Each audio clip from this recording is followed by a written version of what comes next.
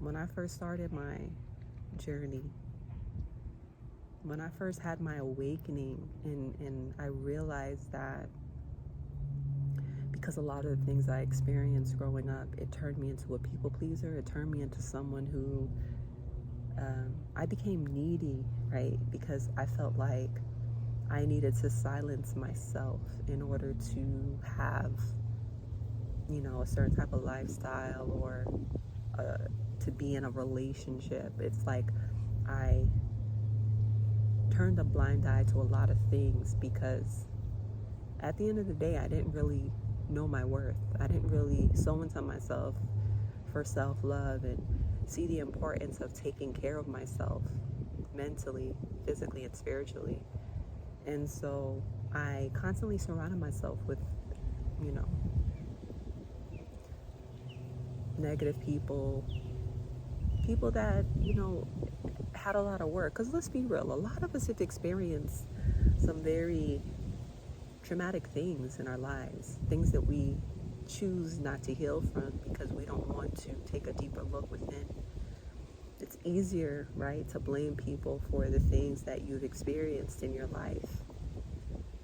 It takes a very strong person to look at their own actions and take accountability for the choices that they make, right?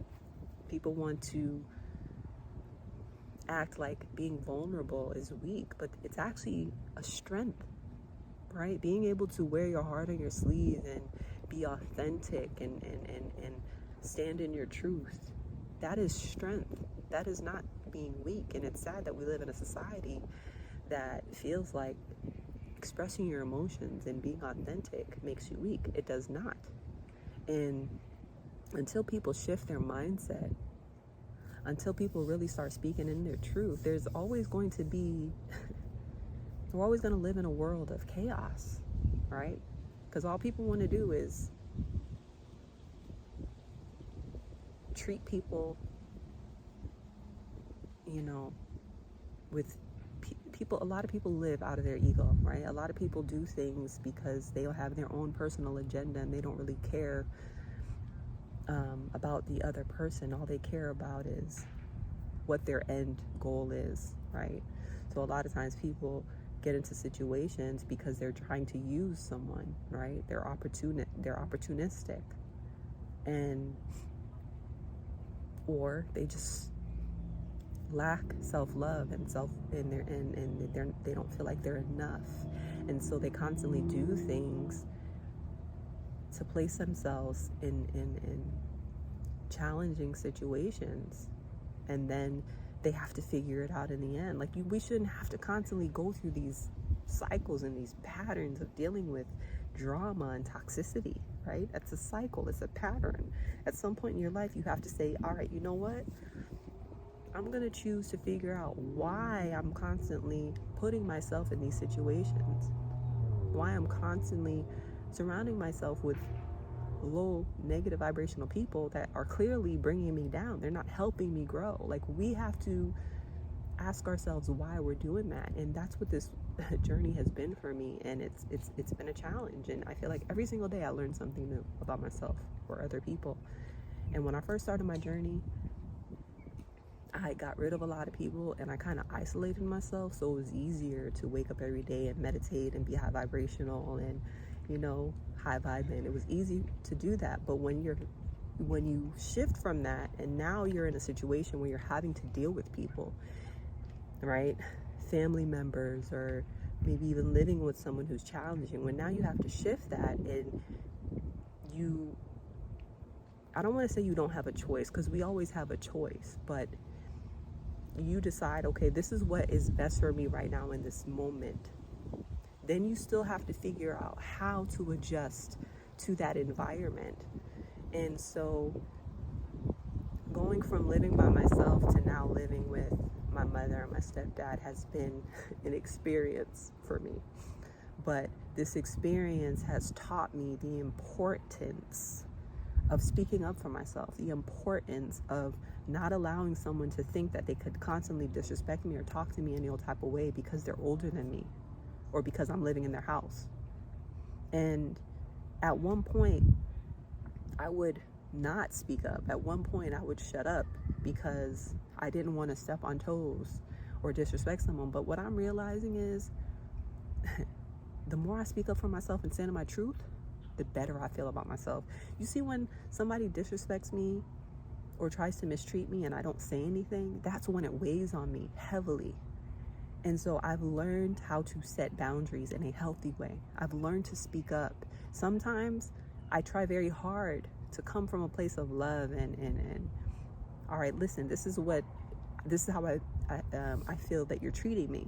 But let's be real, when you're dealing with someone who can't take accountability, they're very narcissistic. Sometimes they don't want to hear what you got to say. They get defensive and it turns into an argument. And I don't like arguing with people. I don't like getting in heated debates and conversations with people.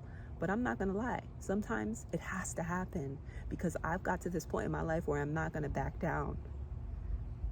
Every situation is different, right? So you have to figure out what works for you. Obviously, if you're on a job, you shouldn't be coming at somebody that way, right?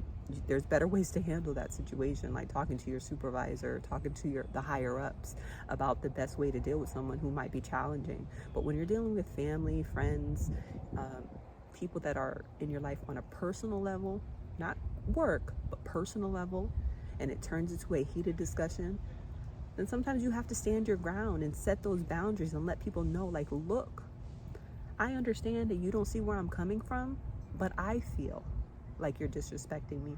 I feel like this is what you're doing. And the one thing I will say, a lot of times people will say, oh, you take things personal or you're sensitive.